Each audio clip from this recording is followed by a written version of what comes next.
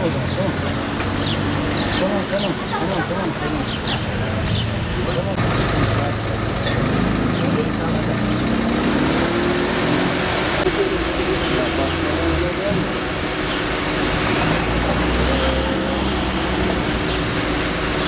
Bak böyle gözde arabaların geçtiği yer var.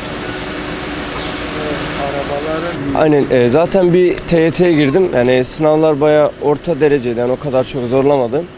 Hani matematik beklediğimizden de biraz daha kolay çıktı. Hani herkesin hakkında hayırlısı olsun. Allah kimsenin emeğini boşa çıkarmasın inşallah. Daha bir rahatlık vardı tabii. Yani geçen yıla göre stres daha azdı. Yani geçen yıl hani çoğu dershaneler kapalıydı. Derse odak veremiyorduk. Bu virüs konusunda birçok şeyler oldu ama hani genel olarak baktığınız zaman bu yıl daha böyle daha rahat oldu. Çalışma ortamı oldu. Birçok insan da kendi imkanlarıyla da çalışmaya çalışıyor tabii ki de. Hani dediğim gibi biraz daha kolay oldu bizim için geçen yıla göre. Herkesin hakkında hayırlısı olsun. Hani matematikte olasılık soruları vardı. Yani biraz kafa karıştırıyordu. Yani tabii biraz da edebiyatta paragraf soruları biraz sıkıntı.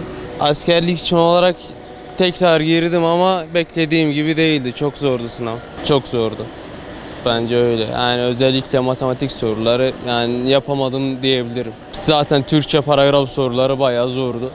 Yine zorlamışlar. Yani geçen seneki göre bayağı zorlamışlardı.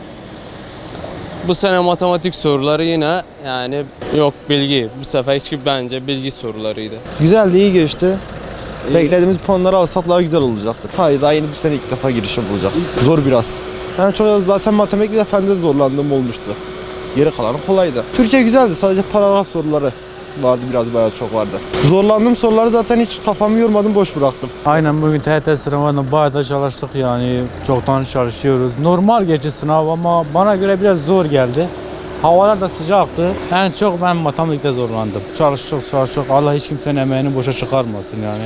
İnşallah herkes istediği gibi alır. Geçen sene girdim, öylesine girdim. Geçen seneye göre bu yıl bence biraz daha zordu. Bana öyle gelir tabii yani.